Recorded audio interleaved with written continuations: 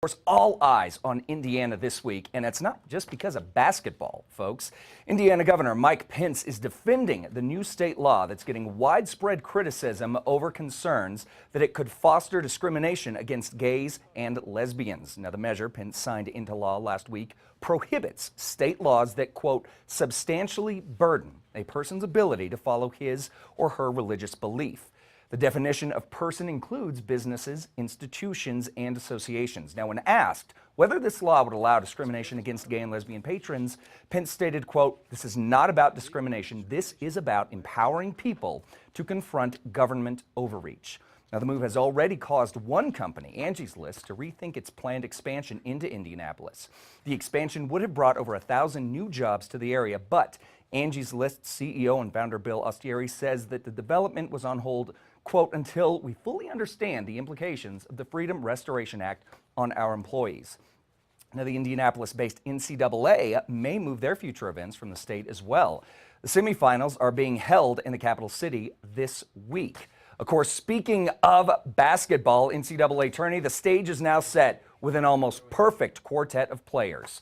This weekend, the top 16 were whittled down to 8, then whittled down to 4, and the 4 teams remaining in the tourney are all #1 seeds, except number 7 seeded Michigan State. Duke shut down Gonzaga yesterday in a 66-52 decision, giving the Blue Devils their 16th trip to the semifinals and a record-tying 12th trip for Coach Krzyzewski. Meanwhile, overall top-seeded Kentucky pulled out a nail-biter of a win against Notre Dame on Saturday, eking out a 68-66 victory. This was a very scary game if you're a Kentucky fan, folks. They're going to face the #1 seeded Wisconsin, while Duke is going to square off against the only non-#1 seed, Michigan State, in the semifinals.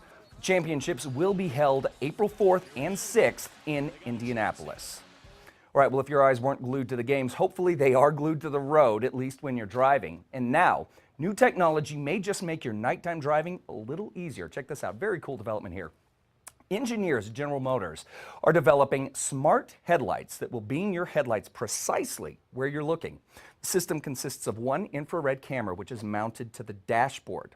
It scans the driver's eyes and other points of the face more than 50 times per second. Now, based on the scanned data, electronic motors will change the headlight's direction on the road. If you're worried about glances that have nothing to do with your navigation, don't worry, folks. The system has a built-in algorithm that will account for that. In addition, a set of lights will be permanently fixed on the road, allowing for constant illumination. No word on exactly when this technology will be available, but we'll keep our eyes on the story for you. Get it? Keep our eyes on this story. All right, I'm going to stop. That's a stupid joke. Anyway, moving on. Maybe your eyes were glued to the big screen this weekend, and if they were, chances are you were watching Home. The movie, the DreamWorks animated feature, drew in a whopping $54 million over the weekend, followed by the edgy comedy Get Hard, starring Will Ferrell and Kevin Hart, $34.6 million.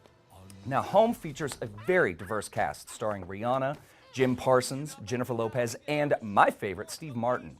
Domestic distribution head for 20th Century Fox, who distributed the film, Chris Aronson, says that the diversity is something very special and, quote, something you don't see in animated films. Meanwhile, Insurgent, the second film in the Divergent saga, held on to third place with $22.1 million, followed by Disney's Cinderella coming in at 4th with a haul of $17.5 million. And, very excited about this, the indie horror juggernaut It Follows rounded out the top 5 with a surprising $4 million. And that's just the start of what we're talking about now on Tu Casa Style.